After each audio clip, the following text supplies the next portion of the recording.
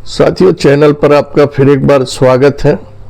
साथियों, हमारी film industry में प्रेमनाथ का भी एक समय रहा था जब उन्होंने फिल्मों में कदम रखा।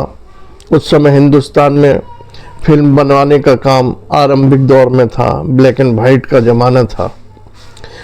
बरसात में और आन में उन्होंने राज कपूर के साथ बड़ा अच्छा अभिनय किया। उनकी अदाकारी को लोग पसंद करने लगे। वो हीरो भी बने फिल्म में। बादल फिल्म महबूब खान साहब ने बनाई थी, जिन्होंने मदर इंडिया फिल्म बनाई। उन्होंने पहले बादल भी बनाई थी और बादल में वो मधुबाला के हीरो रहे प्रेमनाथ। वो फिल्म भी काफ़ी अच्छी रही, बॉक्स ऑफिस पर भी उसने अच्छा कलेक्शन किया और चारों तरफ प्रेमनाथ की अदाकारी के चर्चे होने लगे थे। साथियों, उसके बाद खलनायकी में आ गए प्रेमनाथ। चरित्र अभिनेताओं में इनका नाम शुमार हो गया। राज कपूर से इनका साले बहनोई का रिश्ता था।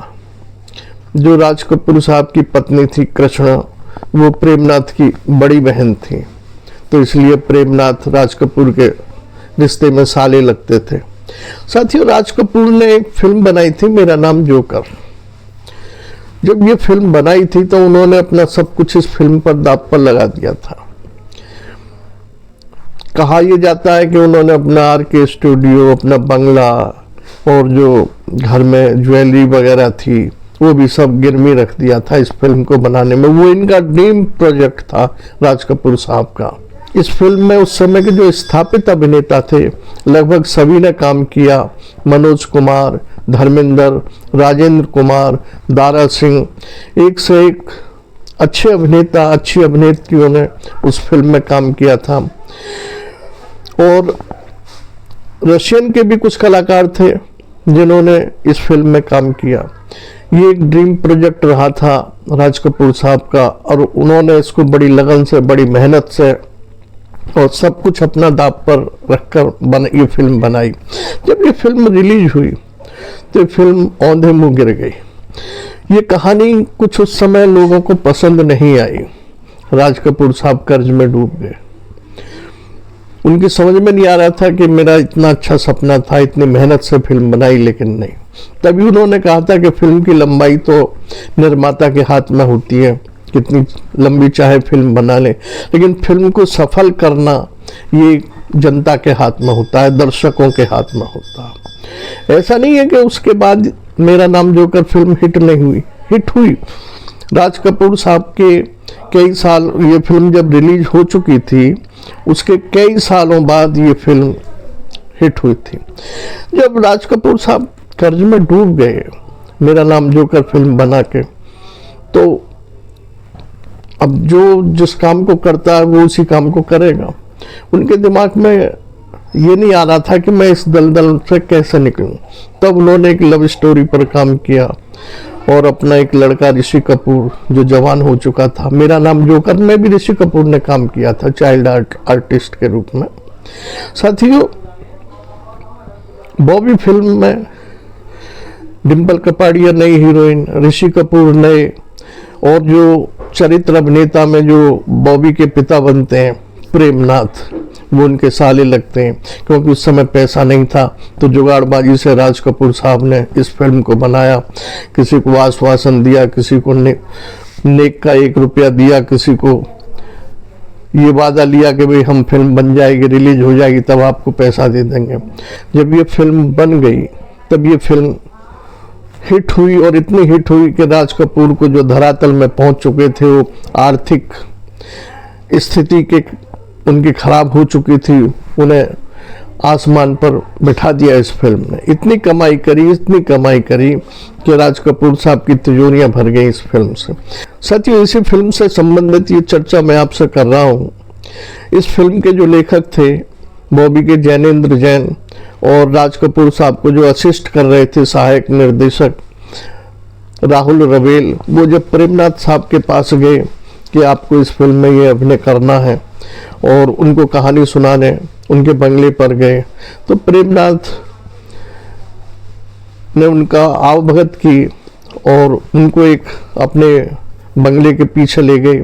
वहाँ उन्होंने अपने सहायक से रम मंगाई और रम पीने लगे। झरन एक पानी गिर रहा था, उसके नीचे बैठ के ये जैनेंद्र जैन और राहुल रवेल इन्हें कहानी सुनाने लगे।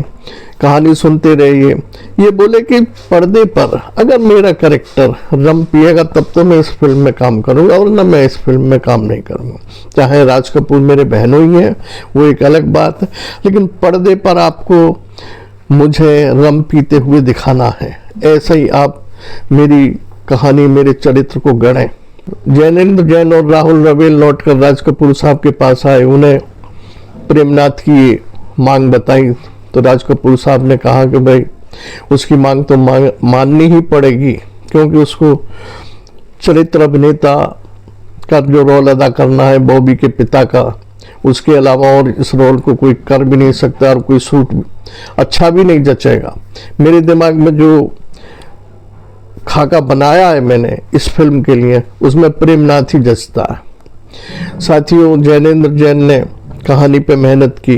पर्दे पर जो प्रेमनाथ ने बॉबी के पिता का रोल किया, उसमें वो रम पीते हुए दिखाए गए। जब भी वो पर्दे पर आते हैं तो रम की बोतल उनके हाथ में होती है। साथियों, इस फिल्म की जब डबिंग चल रही थी तब भी बड़ा एक रोचक किस्सा हुआ।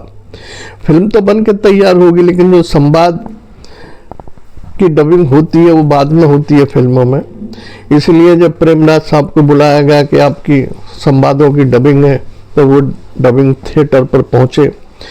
उन्होंने कहा कि भाई मेरा वो कॉस्ट्यूम लेके आओ जो मैंने फिल्म में पहना था, मैं तभी डबिंग करूंगा। ऐसा होता नहीं है, लेकिन प्रेमनाथ साहब की बात माननी पड़ी। वो कॉस्ट्यूम मंगाया गया। जैसे फिल्म में वो चलते हुए डायलॉग बोल रहे थे, ऐसे ही चलते हुए उन्होंने डबिंग थिएटर में अपने डायलॉग बोले। बैठे तो बैठ के बोले। इस फिल्म का जो क्लाइमैक्स था वो पानी में फिल्माया गया था। पहाड़ों पर जब लड़की का बाप लड़के को बचाता है और लड़के का बाप लड़की को बचाता है, तो वहाँ पहाड़ों के बीच में पानी होता है और दोनों उसको निकाल के किनारे पर लाते हैं, उनका पानी निकालते हैं। तो जब प्रेमनाथ साहब ने कहा कि भाई पानी की ज़रूरत है, मैं जब ही वो करूँगा जब स्टूडियो में यहाँ डबिंग थिएटर में पानी आ जाएगा। तो राहुल रवेल बोले कि भाई यहाँ पानी कहाँ से आएगा सर, कि ऐसा करें तो स्विमिंग पूल में कर लेते हैं डबिंग। मांग एक सनकी टाइप की दिमाग प्रेमनाथ जी का, वैसे मस्त मौला थे, लेकिन जब कलाकार ये मांग कर रहा है तो उसकी मांग को किस तरह पूरा किया जाए ये राहुल रवेल के समझ में नहीं आ रहा था।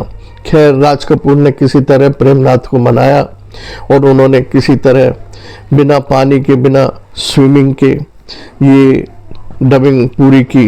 लेकिन हाँ, जब वो डबिंग कर रहे थे तो उन्होंने कहा था कि एक दो आदमी लोटा लेके पानी में, वो बाल्टी में पानी डालते रहें, फिर उसमें से निकालते रहें, फिर डालें तो ऐसा लगे कि पानी मेरी आवाज़ के साथ साथ जो डबिंग हो रही है तो पानी की भी उसी तरह डबिंग हो। और ऐसा हुआ भी।